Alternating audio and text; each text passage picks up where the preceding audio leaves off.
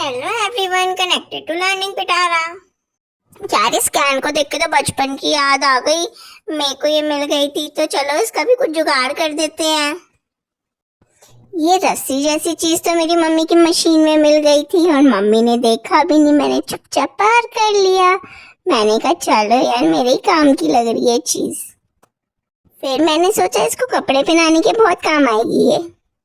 इतने आप गैस कर सकते हो कि मैं क्या बना रही हूँ आज, और अगर नहीं किया तो लास्ट तक देख लेना, पता चल जाएगा मैं क्या बना रही हूँ। अब मैंने इसको कपड़े ऑलमोस्ट पहना ही दिए हैं। अब इसको थोड़ा मेकअप वगैरह कर दें इसका थोड़ा सा। इसको रेडी करने के बाद इसको थोड़ा सा सूखने के लिए छोड़ देते हैं। अब हम आगे करते हैं। मैंने वायर लिया और अब मैं आर्टिफिशियल लीफ बना रही हूँ कुछ इस तरह से।